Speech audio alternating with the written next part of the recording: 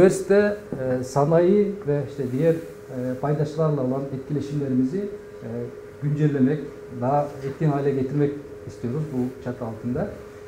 Ve Teknoloji Transfer Ofisi'nin faaliyetleri içerisinde farklı kısımlar var. Bunlardan en önemlisi öğrenci girişimciliği.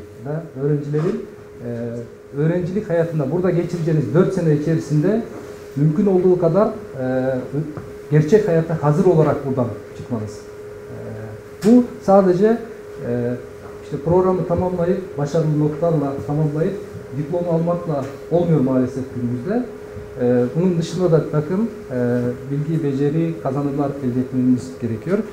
Bu yönde çalışmalar yapacağız. Dolayısıyla öğrencilere yönelik olan kısmını biz Entrepreneurship Lab diye kendi aramızda böyle bir adlandırdık.